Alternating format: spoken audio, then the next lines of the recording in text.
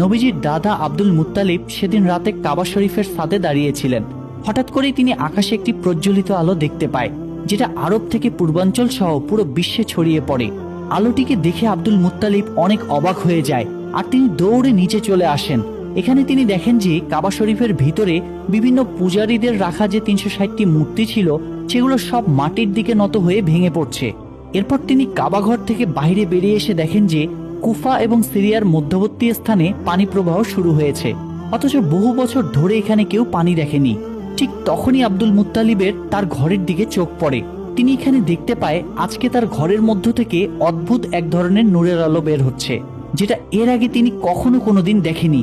Abdul Muttalib তখন ধীরে ধীরে তার ঘরের দিকে এগিয়ে যেতে থাকে, কিন্তু যখন তিনি তার ঘরের দরজার কাছে পৌঁছায় তখন তিনি দেখেন যে মা আমেনার কোল জুড়ে একটি ফুটফুটে শিশুর জন্ম হয়েছে, যার শরীর থেকে অসম্ভব পরিমাণে নূর বের হচ্ছে।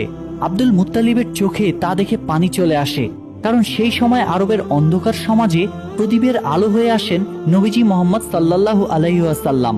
পরের দিন আব্দুল মুত্তালিব তার নাতির আকিকার জন্য উট জবাই করে গরিব দুঃখী মানুষদের খাওয়ান।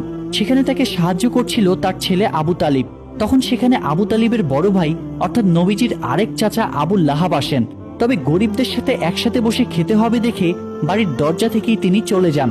আসলে আবু লাহাব অনেক অহংকারী লোক ছিলেন। অন্যদিকে মা আমেনার বুকে দুধ তৈরি হচ্ছিল না, তাই শিশু মুহাম্মদকে দুধ খাওয়ানোর জন্য একজন মহিলাকে ডাকা হয়।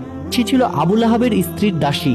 তাই আবু লাহাব ঘরে ফেরার পর তার স্ত্রী তার সাথে অনেক রাগারাগি করে যে তার দাসীকে এই কাজের জন্য কেন নেওয়া হলো। আসলে আবু লাহাবের স্ত্রীও অনেক অহংকারী ছিল। অন্যদিকে দেখা যায় ইহুদিরা মিলে কথা বলছিল।